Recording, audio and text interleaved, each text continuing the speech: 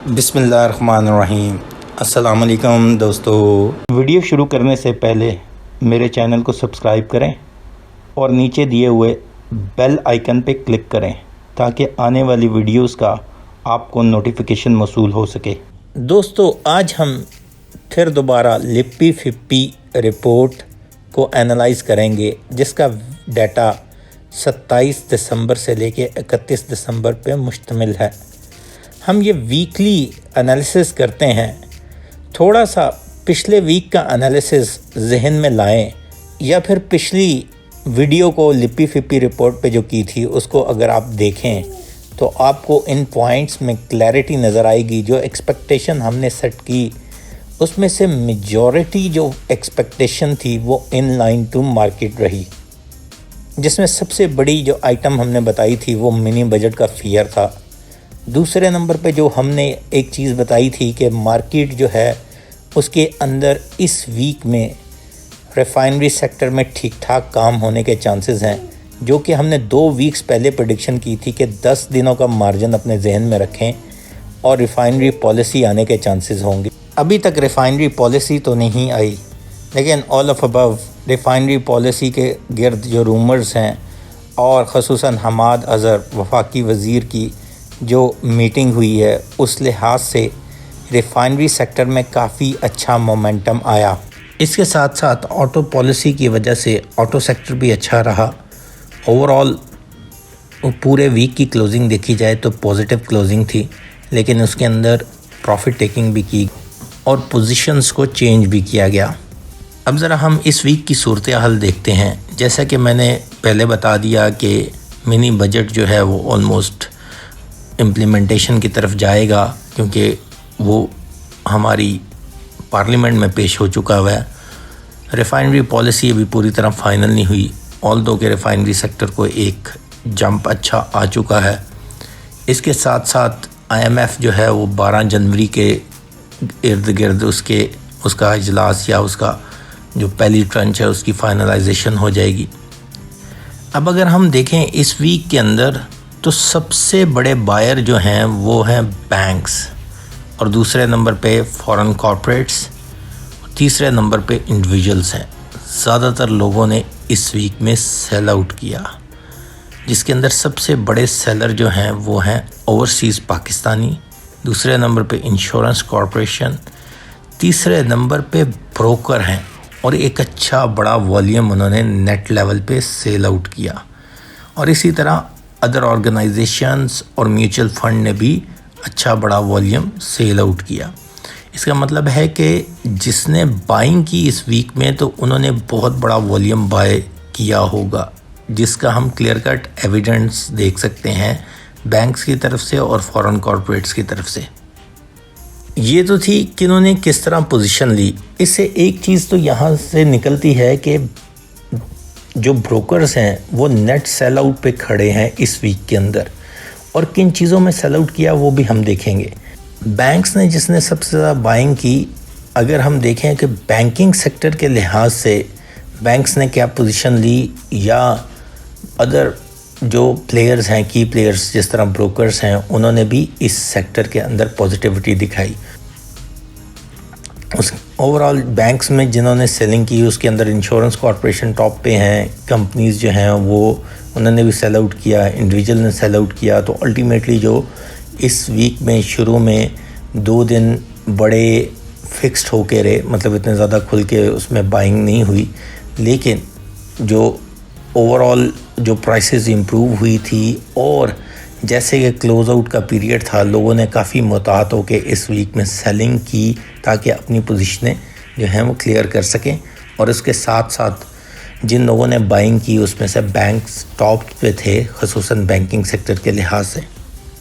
अगला सेक्टर जो है वो है सीमेंट सेक्टर। सीमेंट सेक्टर के अंदर म्यूचुअल फंड्स की सबसे ज़्यादा बाइंग है। म्यूचुअल फंड रेगुलर इसके अंदर बाइंग कर रहा है। पिछले 3 वीक्स के जो गुज़र चुके हैं उसके अंदर हमने लिप्पी फिप्पी रिपोर्ट के अंदर बताया है कि जिसके अंदर हम लोग ये एक्सपेक्ट कर रहे हैं कि म्यूचुअल फंड जो पोजीशन ले रहा है वो लॉन्ग टर्म मतलब 3 से 6 महीने के लिहाज से ले रहा है। इंडिविजुअल इसमें सबसे बड़े सेलर हैं, बाकी किसी ने इतना ज़्यादा बड़ा नेट सेल आउट या बाय आउट नहीं किया। उसके आगे देखें तो फर्टिलाइज़र सेक्टर है। फर्टिलाइज़र सेक्टर में अगेन जिस तरह हम कह रहे हैं कि रिज़ल्ट्स आ रहे हैं और बड़े ही कम कंपनियां फर्टिलाइज़र सेक्टर में हैं, लेकिन उन कंपनियों में से कुछ मखसूस कंपनियां ऐसी हैं जो अच्छी प्रॉफिटेबिलिटी शो करती हुई दिखाई देती हैं ओवर द ईयर, और इस साल में भी उनकी परफॉर्मेंस अच्छी है। तो इंडिविजुअल्स ने इसमें बड़ी अच्छी पोजीशन ली। और अगर इसमें सेल आउट देखा जाए तो म्यूचुअल फंड्स का था, बाकी इतनी बड़ी पोजीशंस इस सेक्टर के अंदर नहीं ली गई। अगला सेक्टर है पावर डिस्ट्रीब्यूशन का सेक्टर। इस सेक्टर में भी इतनी बड़ी पोजीशंस नहीं ली गई। सबसे ज़्यादा बैंक्स ने इसके अंदर पोजीशन ली। जिस तरह के मैंने बताया, बैंक्स अपने आप को इस लेवल पे लाजमी सिक्योर करते हैं। ये पावर डिस्ट्रीब्यूशन का सेक्टर जो है, इसमें डिविडेंड यील्ड के स्क्रिप्ट बहुत अच्छे होते हैं। तो ये जो है इसके अंदर जो भी पोजीशन ली जाती है वो इस लिहाज से ली जाती है कि ताकि डिविडेंड एक अच्छा आ जाए और ओवरऑल इनकम अच्छी बन जाए। दूसरे बड़े इस सेक्टर के अंदर जो बायर थे वो इंडिविजुअल थे, ऑल दो कि अगर हम देखें ऑन कंट्रेरी के अदर ऑर्गेनाइजेशन और म्यूचुअल फंड इसमें सेलर हैं। अगला सेक्टर आ जाता है oil and gas exploration sector. इस सेक्टर में इस वीक में काफ़ी काम हुआ, क्योंकि जिस तरह की रिफाइनरी पॉलिसी से रिलेटेड मैंने एक न्यूज़ बताई कि हमाद अज़हर की मीटिंग हुई है फाइनेंस मिनिस्ट्री से, और उससे डिस्कशन हुई है रिगार्डिंग आपकी रिफाइनरी पॉलिसी को फाइनलाइज़ करने के लिए, और ब्रोकर ने जो पोजीशन ली हुई थी उसमें से कुछ माल ऑफलोड कर दिया। तकरीबन 48 मिलियन रुपीस का जो है ना, इन्होंने अपना माल ऑफलोड किया। इंडिविजुअल ने भी इसमें माल ऑफलोड किया, क्योंकि रिफाइनरीज़ की प्राइसेस काफ़ी बेहतर हुई, और इसके अंदर जो पोजीशन लेते हुए नज़र आए और बैंक्स और कंपनीज़ लेती हुई नज़र आई। और इसके अंदर मोमेंटम हम देख सकते हैं, जब तक रिफाइनरी पॉलिसी पूरी तरह अनाउंस नहीं होती तब तक जारी रहेगा। आने वाले दिनों में थोड़ी सी अनसर्टेनिटी भी देख सकते हैं कि पहले 2 दिन, जिसमें अभी तक अगर रिफाइनरी पॉलिसी फाइनलाइज नहीं हुई तो पहले 2 दिन इसके लिए इतने अच्छे नहीं होंगे। इसके अंदर थोड़ी सी मतलब करेक्शन आ सकती है, और फिर दोबारा जैसे ही रिफाइनरी पॉलिसी का बज़ आएगा ये दोबारा इम्प्रूवमेंट की तरफ जा सकते हैं। अगला sector oil and gas marketing sector है। Oil and gas marketing sector में बहुत अच्छी पोजीशंस ली ख़ुसूसन बैंक्स ने, और इसके अंदर सेल आउट सबसे ज़्यादा किया ब्रोकर कम्युनिटी और इंडिविजुअल्स ने। थोड़ा सा बैंक्स को यहाँ एडवांटेज होने जाएगा, क्योंकि ऑयल प्राइसेस फिर दोबारा 5 रुपये बढ़ा दी गई, और ऑयल एंड गैस मार्केटिंग के लिहाज से उन्हें प्रॉफिट मार्जिन अल्टीमेटली इस वजह से बढ़ेगा। तो उस लिहाज से देखा जाए तो ऑयल एंड गैस मार्केटिंग के पहले 2-3 दिन जो हैं अगले वीक के, वो इनके अच्छे जा सकते हैं। ख़ुसूसन मंडे वाला दिन, जिस दिन ऑयल प्राइसेस बढ़ी होंगी, तो इनके अंदर मोमेंटम हम देख सकते हैं। अगला सेक्टर हमारा hot favourite sector banks, technology, fertiliser और स्टील सेक्टर के लिहाज से हम देखें तो technology is one of the best sector where you can take position, और आप मैक्सिमम कैपिटलाइज कर सकते हैं।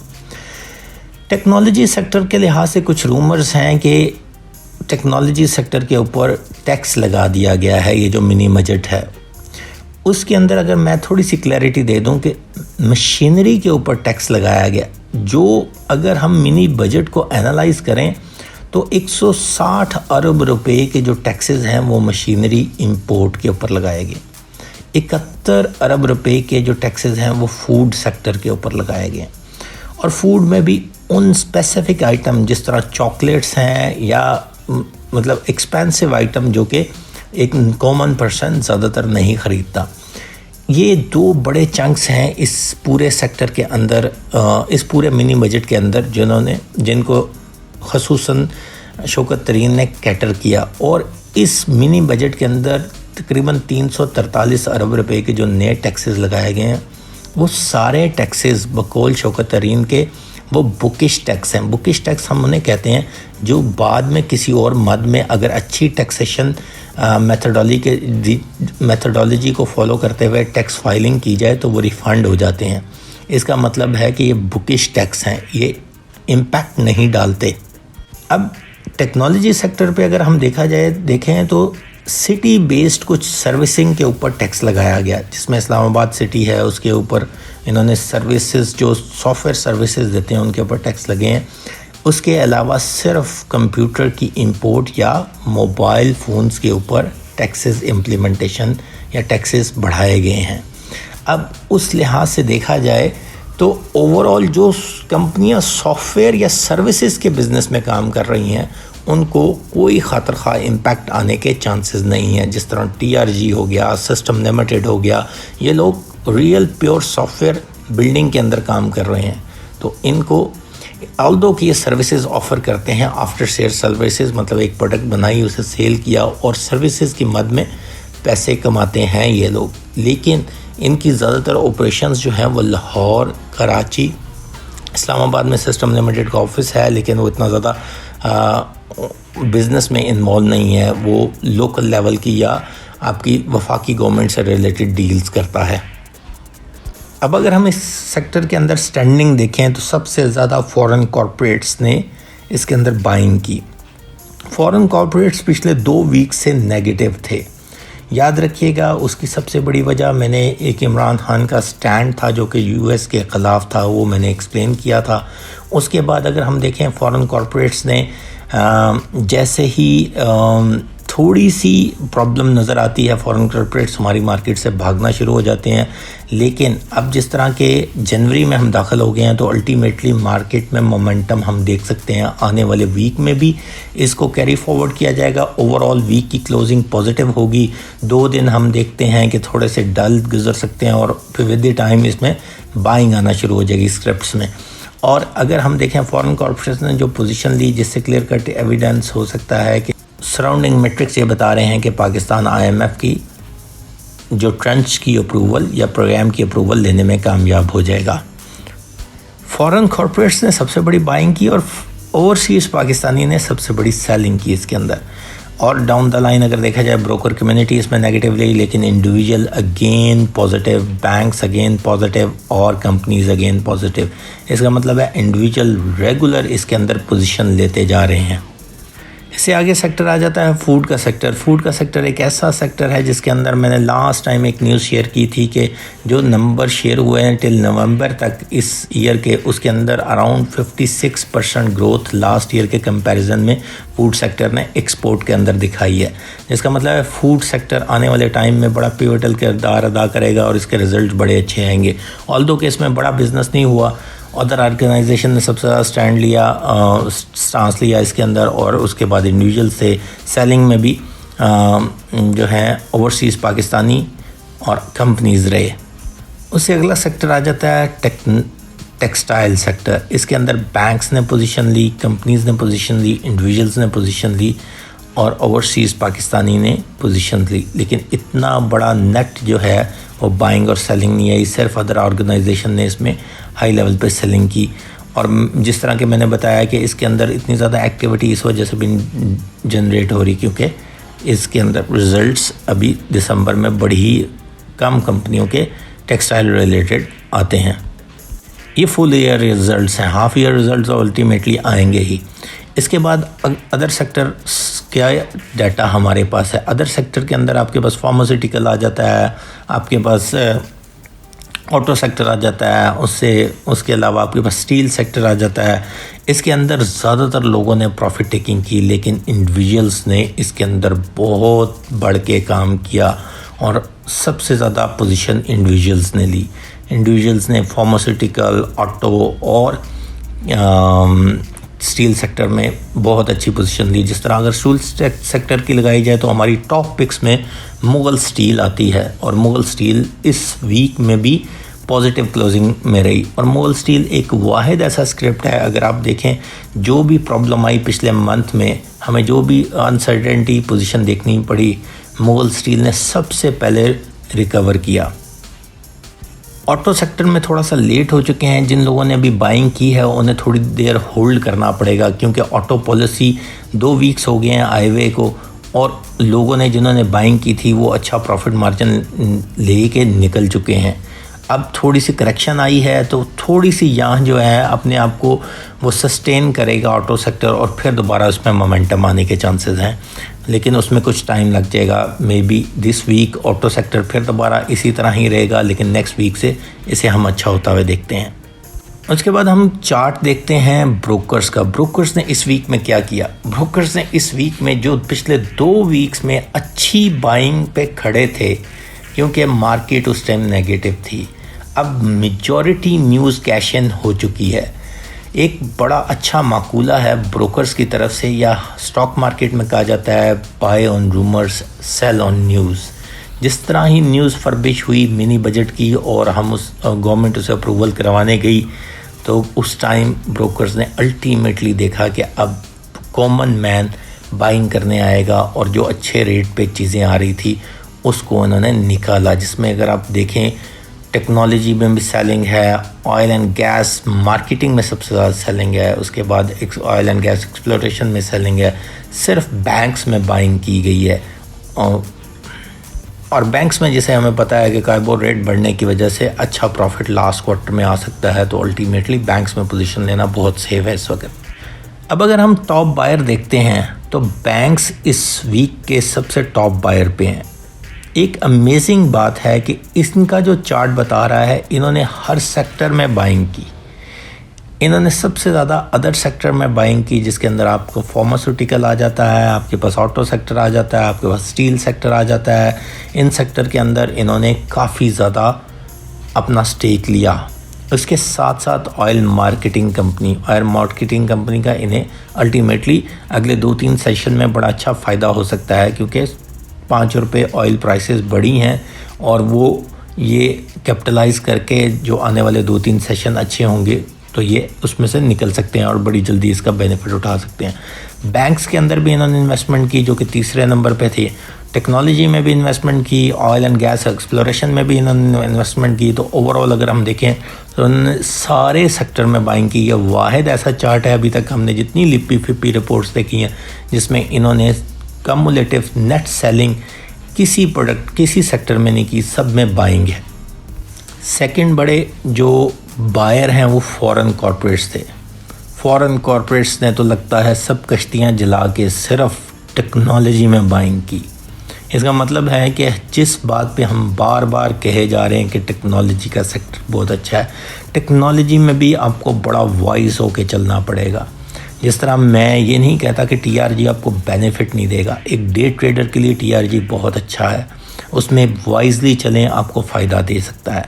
लेकिन टेक्नोलॉजी सेक्टर में 2-3 कंपनियां जिसको हम फोकस करते हैं उसमें सिस्टम लिमिटेड टॉप पे है। इसके साथ साथ आपके पास एवेंसियन है, इसके साथ साथ आपके पास ऑक्टोपस है। ऑक्टोपस के साथ साथ अगर हम देखें हमारे पास ऑप्शन आ जाती है टैली के अंदर। टैली जितनी भी कंपनियां उस मार्जिन ब्रैकेट में थी, जिस तरह ASL आयशा स्टील है, स्टील सेक्टर की बड़ी अच्छी कंपनी और बहुत अच्छे रिज़ल्ट पोस्ट करती रही। वेव्स थी जो 20-25 की बैंड में ट्रेड कर रही थी।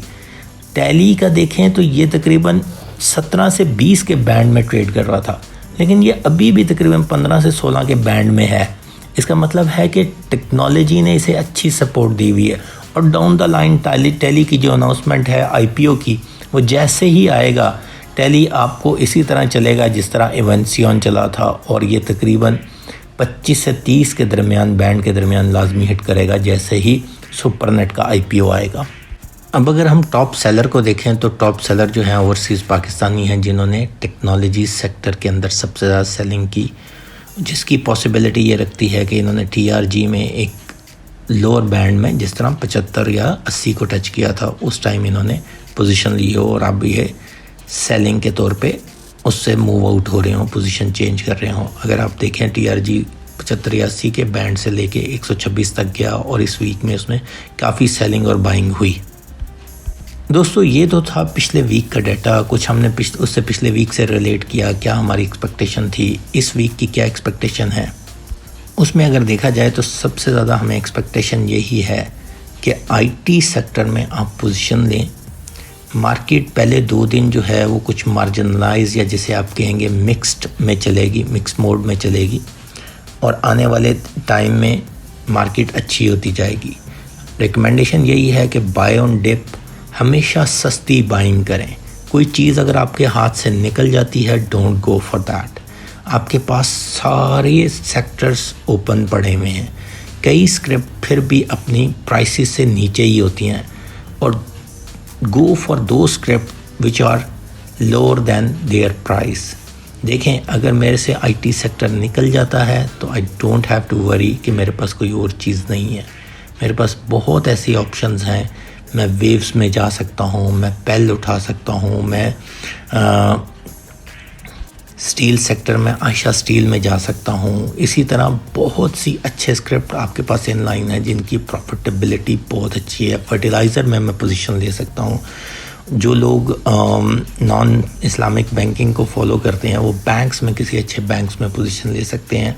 तो इसका ये मतलब नहीं है कि अगर कोई एक आइटम निकल गई है और वो एक्सपेंसिव हो जाए, उसमें 3 या 4 अपर लॉक लग जाएं, तो आप उसी में पोजीशन लें कि 1-2 और अपर लॉक लगेंगे तो आप निकल जाएंगे।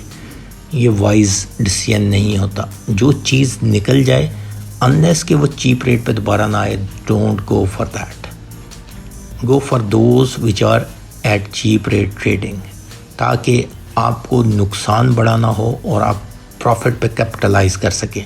मार्केट आने वाले टाइम में बहुत अच्छी होने जाएगी। 2 से 6 वीक्स के लिए पोजीशन लें, उसके अंदर अल्टीमेटली आपको ज़्यादा बेनिफिट होगा और हम ये देखेंगे कि हम पोजीशन को ऑफलोड करते हुए नज़र आएंगे अराउंड एंड ऑफ फरवरी और मिड ऑफ मार्च।